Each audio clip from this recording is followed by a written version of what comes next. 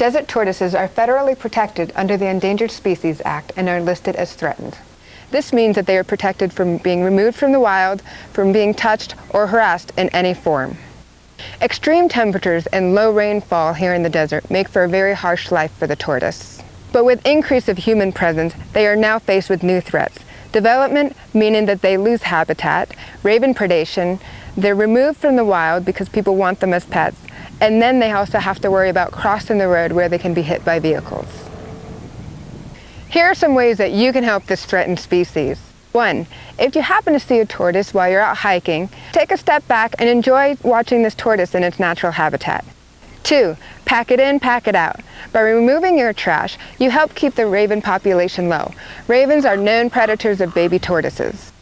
3. Stay on marked routes and obey the posted speed limits. By driving slow, you will be more likely to see tortoises that may be in or on the roads. Tortoises are commonly seen on the road here in Joshua Tree National Park. They're traveling from burrow to burrow within their home range. They're looking for mates. They're looking for wildflowers, which are their natural food source, and they also might be drawn to the road where there are standing puddles of water from rain. Only in an emergency situation where a tortoise is in imminent danger of being killed by a vehicle on the roads do we suggest moving it.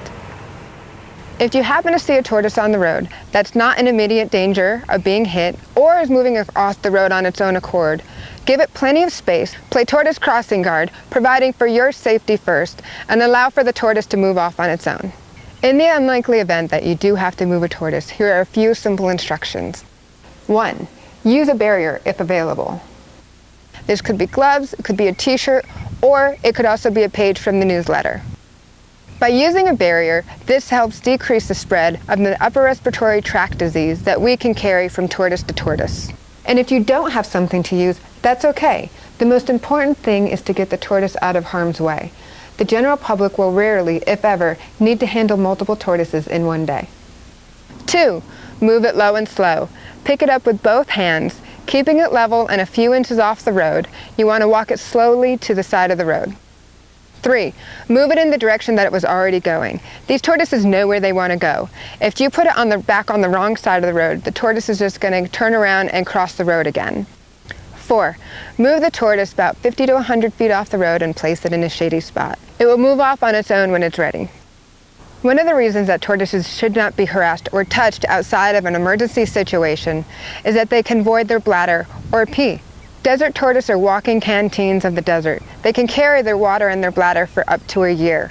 If they void their bladder and there are no grasses or wildflowers for them to eat to replenish this water, this can be potentially fatal. The greatest threats to the desert tortoise result from human activities. Our actions have a direct impact on the survival of this desert species. Will you see tortoises on your next visit to Joshua Tree National Park?